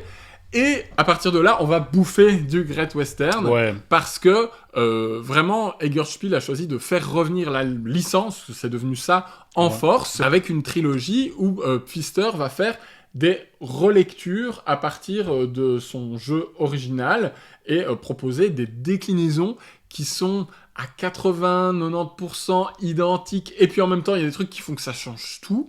Donc c'est très particulier comme exercice.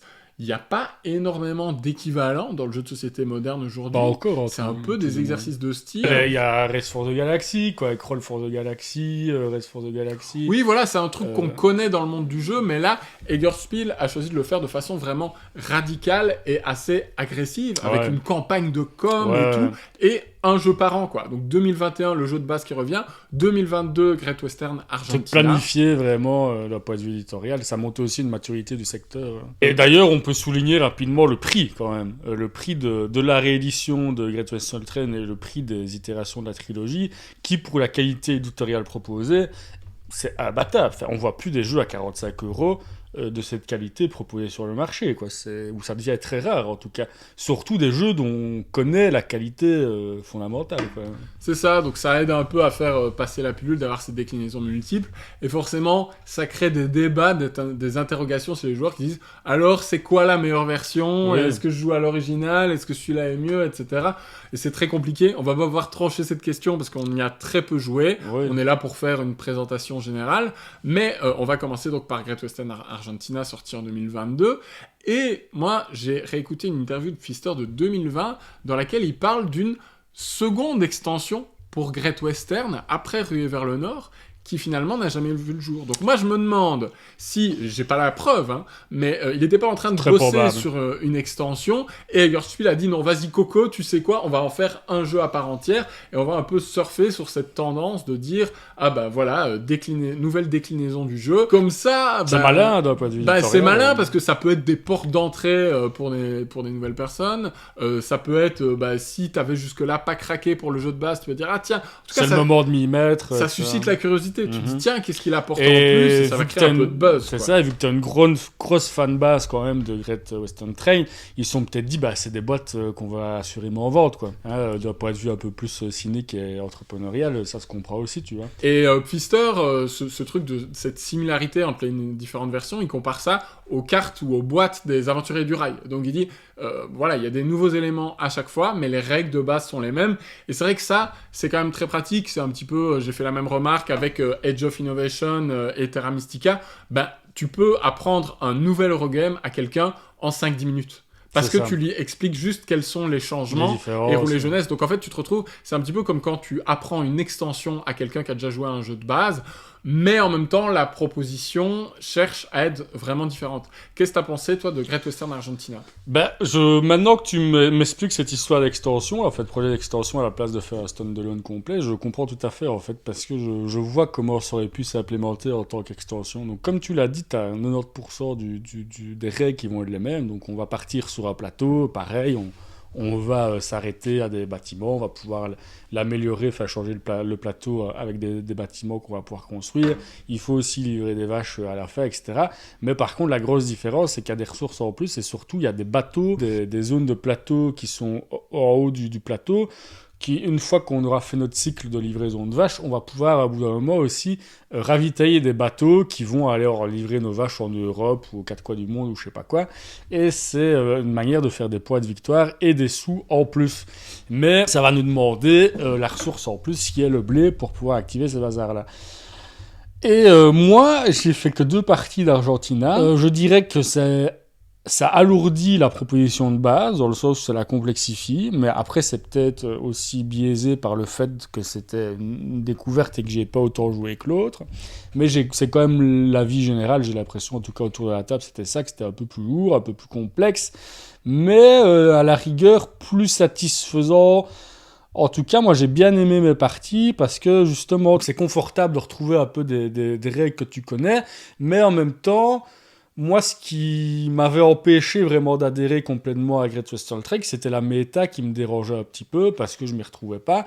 Et là, je vais retrouver ce que j'aimais bien dans le jeu, mais avec des éléments qui vont peut-être plus me correspondre, ou en tout cas plus correspondre à ce que j'aime bien. Donc, c'est-à-dire des gros objectifs de manche à viser et à préparer. Pour vraiment faire un gros coup à la livraison. Et moi, ça, j'ai bien apprécié. Après, c'est pas un jeu que j'ai l'intention de me procurer. C'est pas un jeu que j'ai l'intention de jouer beaucoup. Mais je ne refuserai pas d'une partie s'il y a des gens qui ont vraiment envie d'y jouer autour de la table. Et comme tu dis, c'est un jeu qui a des sensations assez différentes de son grand frère, qui s'apprend assez vite au final.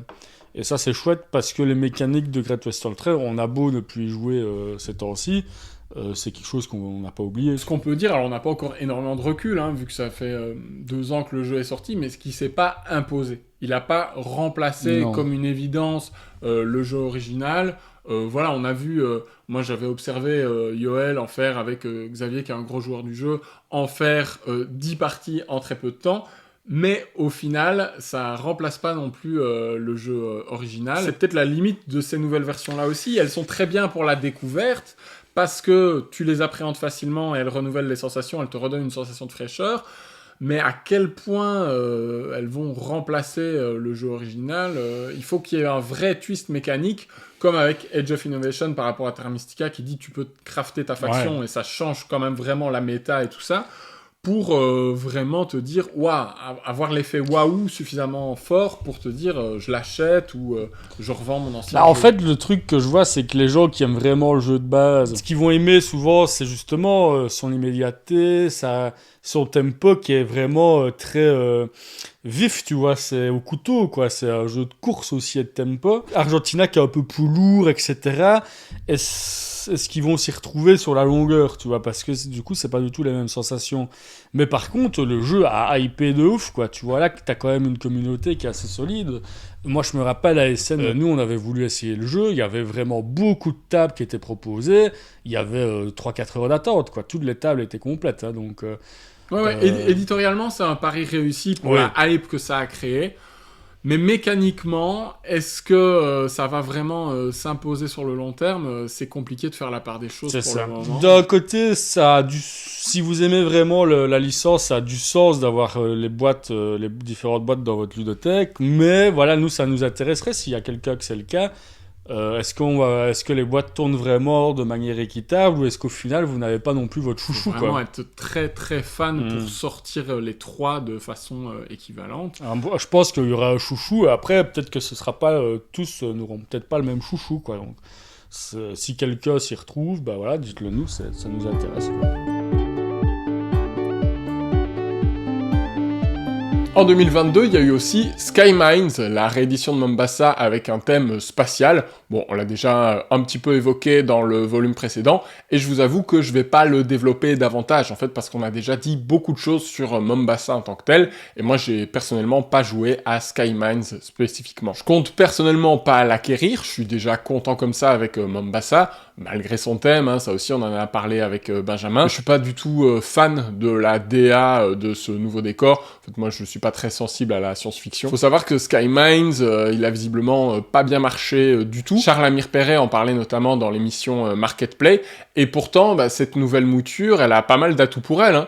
Il y a un mode solo, il y a une campagne en 4 chapitres, avec Pfister oblige, un petit peu de narration, et puis il y a des nouveaux modules essentiellement développés par Victor Kobike, développeur chez Yurtspiel, là aussi on l'a cité dans l'épisode précédent. Mais Skymines, il convainc pas mal les personnes qui l'ont essayé, parmi mon entourage il y a Miss Meeple Board Game, encore une fois, qu'il aime beaucoup, y compris à 2 joueurs, et puis il y a Fragment de Page qui m'a dit coup de cœur immédiat, c'est tout ce que j'aime, il y a des choix, il y a pas mal d'alternatives, il y a de l'interaction via le plateau central et les succursales, on peut prendre des bonus tout en faisant diminuer la valeur des parts d'un ou des adversaires, une course aux emplacements, des modules à ajouter pour encore plus de rejouabilité. Et puis lui, pour le coup, la SF, ça lui parle, donc il trouve que le plateau est clair, que le matos a des couleurs agréables, et il y a même des boîtes de rangement en origami, bref, le bonheur pour Fragment de Page. Bon, moi je suis pas fan de l'esthétique du plateau, hein, je la trouve un peu criard. Mais tout ça c'est une question de goût. En vrai, j'ai l'impression que Skymines, il a convaincu de nouveaux joueurs,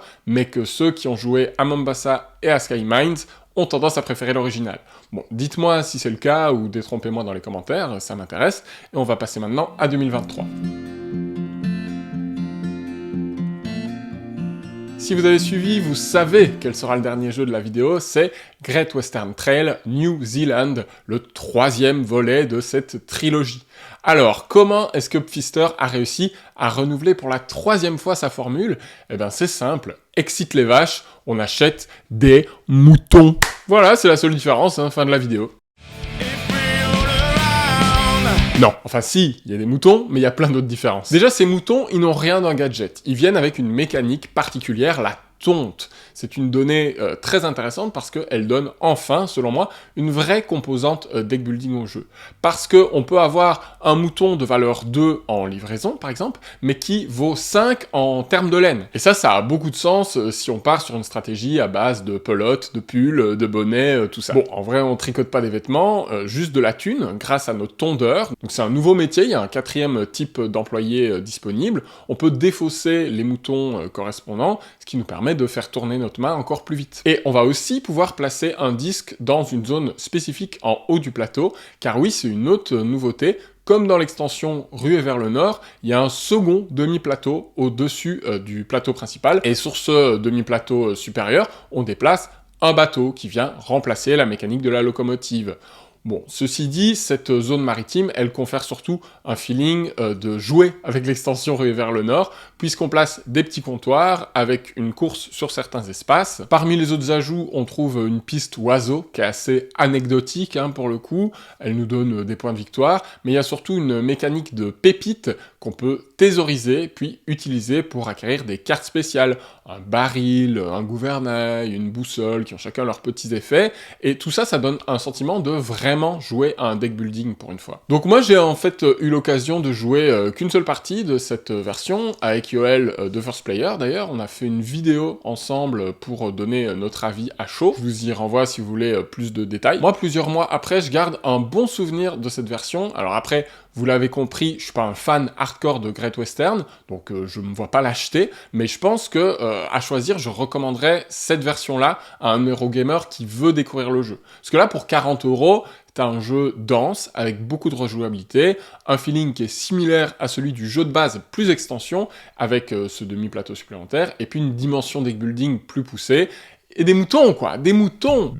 Après, j'ai fait qu'une partie, je suis pas spécialiste, ne prenez pas mon avis pour parole d'évangile, et encore une fois, il y a notamment Meeple on Fire qui a fait une vidéo comparative des 3, mais j'ai l'impression que c'est ce qui ressort, quoi. Il y a eu des très bons retours sur cette version Nouvelle-Zélande, et voilà, moi c'est pas au point de me faire revendre mon jeu original pour racheter celle-là, mais si j'aimais un peu plus le jeu, si j'étais un peu plus en affection pour Great Western Trail, je pense que je sauterais le pas. En 2023, il y a eu aussi Pirates de Maracaibo, mais là il s'agit d'une déclinaison d'un jeu de base qu'on a déjà traité dans cette vidéo en large et en travers avec Benjamin, et dont Pfister n'est d'ailleurs que le 3e auteur, donc on se demande en fait s'il est vraiment impliqué ou s'il est simplement crédité pour la forme.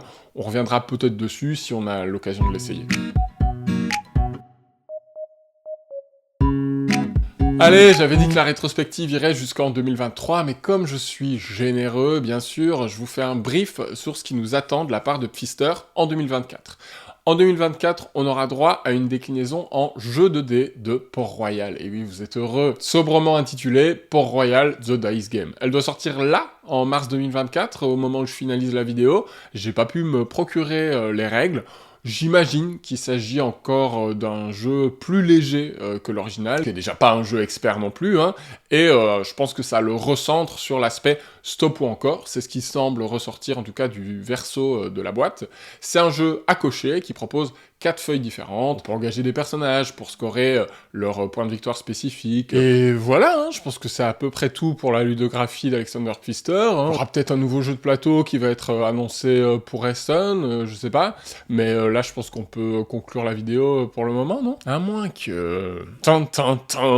plot twist.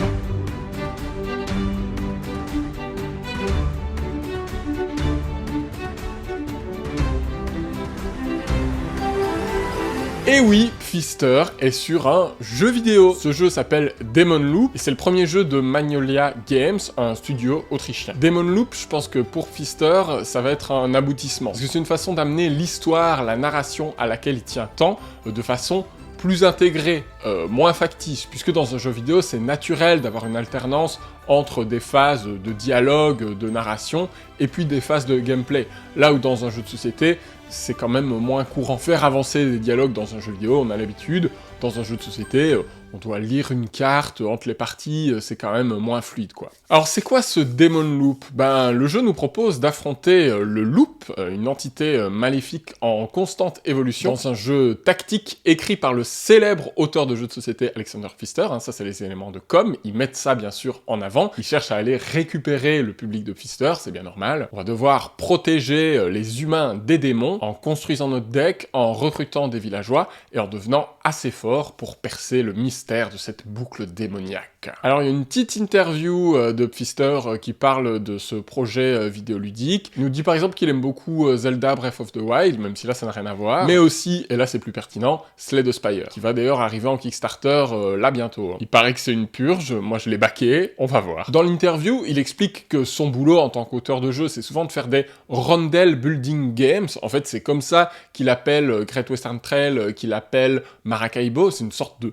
fusion du rondel game et du deck building. Enfin, c'est assez intéressant. J'avais pas envisagé la mécanique sous cet axe-là. En fait, oui, c'est un rondel game, un jeu de rondel, de parcours où on avance et on fait des boucles et on refait la même chose. Donc, comme dans ce jeu vidéo Demon Loop, mais où on ajoute des étapes à cette boucle, à cette rondelle, au fur et à mesure. Et donc, elle s'enrichit, elle nous donne des nouvelles capacités, compétences, possibilités. Donc là, il adapte ce principe-là en jeu vidéo, il appelle ça le loop building, logiquement. Donc notre personnage avance de case en case, donc de manière un petit peu plus poussée que dans un Slay the Spire où on suit, bon on a le choix entre plusieurs embranchements, mais on suit un chemin plus ou moins linéaire. Et donc quand on s'arrête sur certaines actions, on va pouvoir, j'imagine, enrichir notre deck, améliorer nos cartes, acheter des équipements, etc.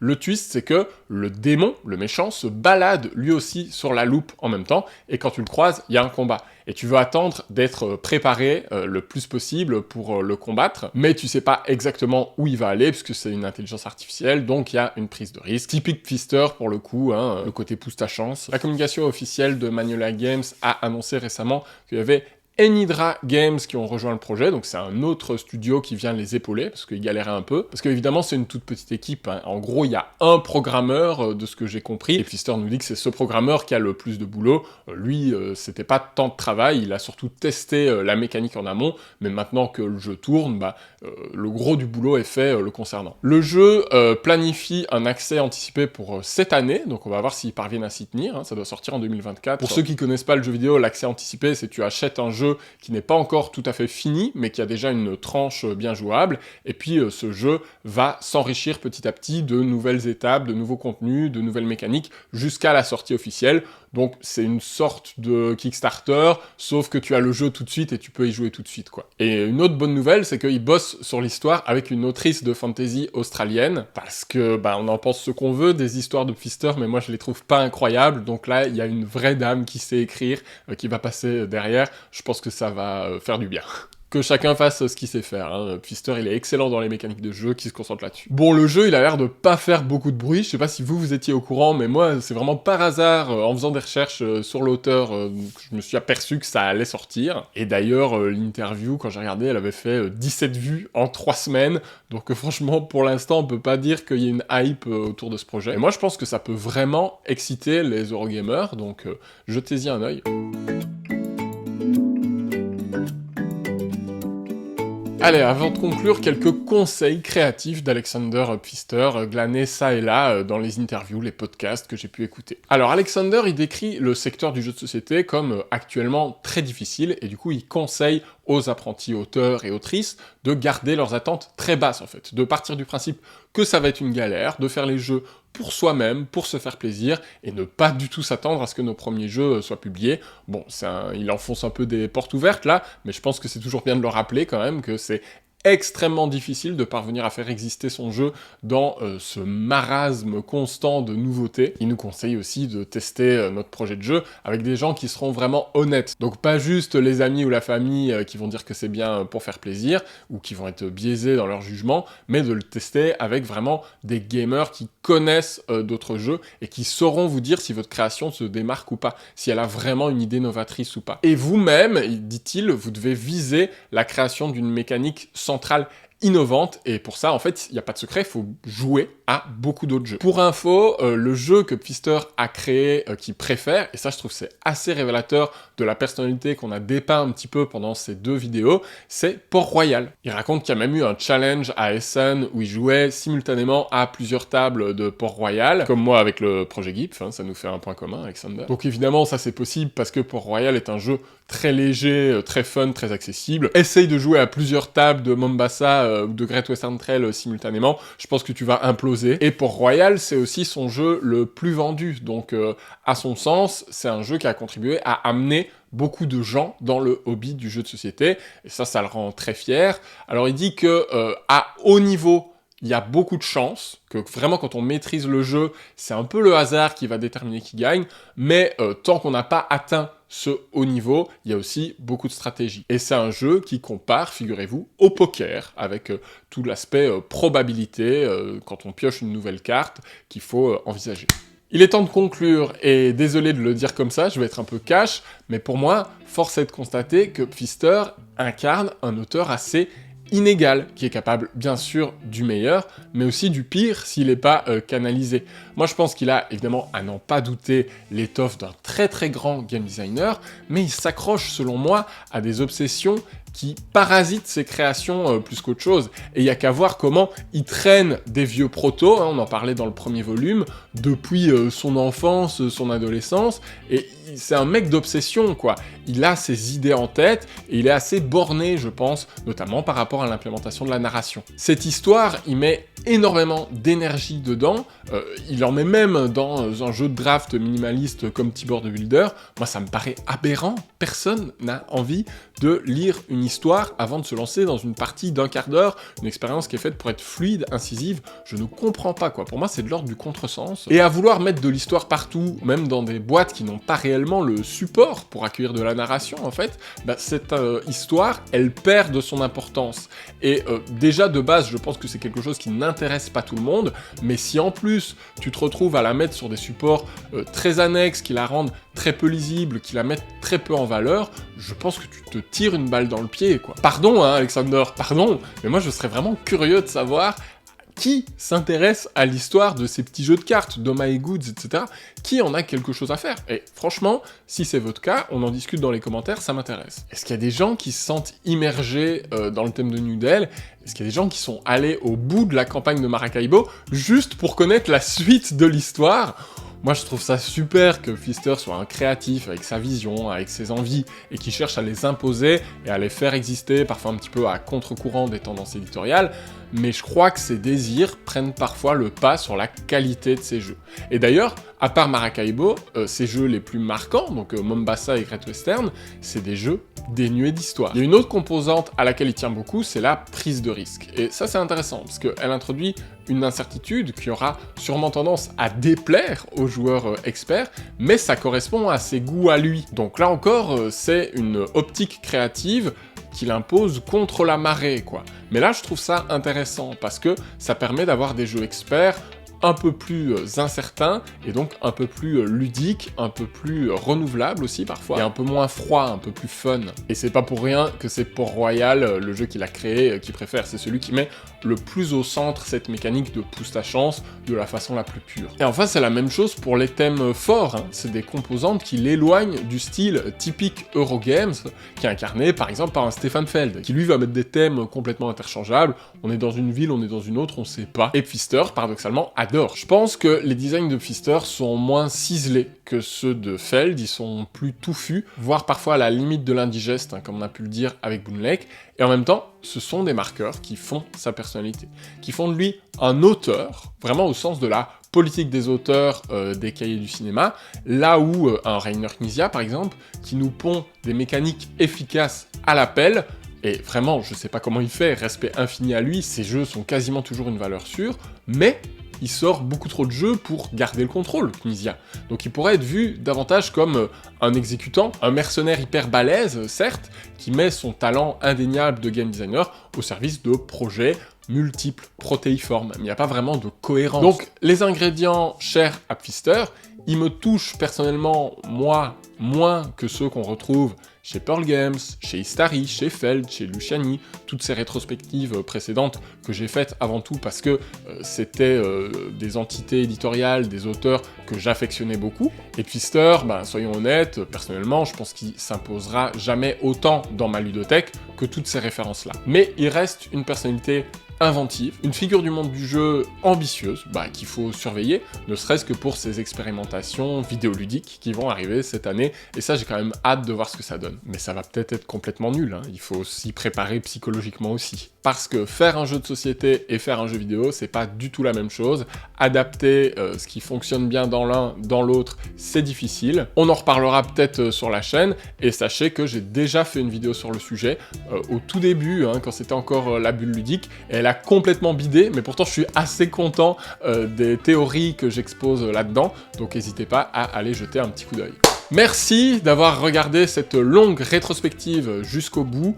Comme d'habitude, il y a la boutique partenaire Golden Meeple si vous voulez faire des achats, que ce soit des jeux de Pfister ou d'autres. Il y a le Ko-fi qui est disponible si vous souhaitez me laisser un petit don pour m'encourager dans mon travail. Ça vous permet accessoirement d'accéder aux vidéos en avant-première, d'accéder à certains contenus exclusifs. Et puis vous pouvez aussi, lorsque vous lâchez un don, voter pour le sujet de la prochaine rétrospective, parce que ça y est, là on a vu le bout de celle sur Pfister, donc il va falloir commencer tout doucement à réfléchir à la suivante. Donc j'écoute vos suggestions, je suis tout oui. Allez, je vous laisse avec mon top 5 Pfister, parce que même s'il est loin d'être mon auteur préféré, j'ai tout de même de quoi vous proposer un classement. On se retrouve bientôt pour de prochaines vidéos, il y a pas mal de choses qui vont arriver, encore des trucs qui sortent un peu des sentiers battus.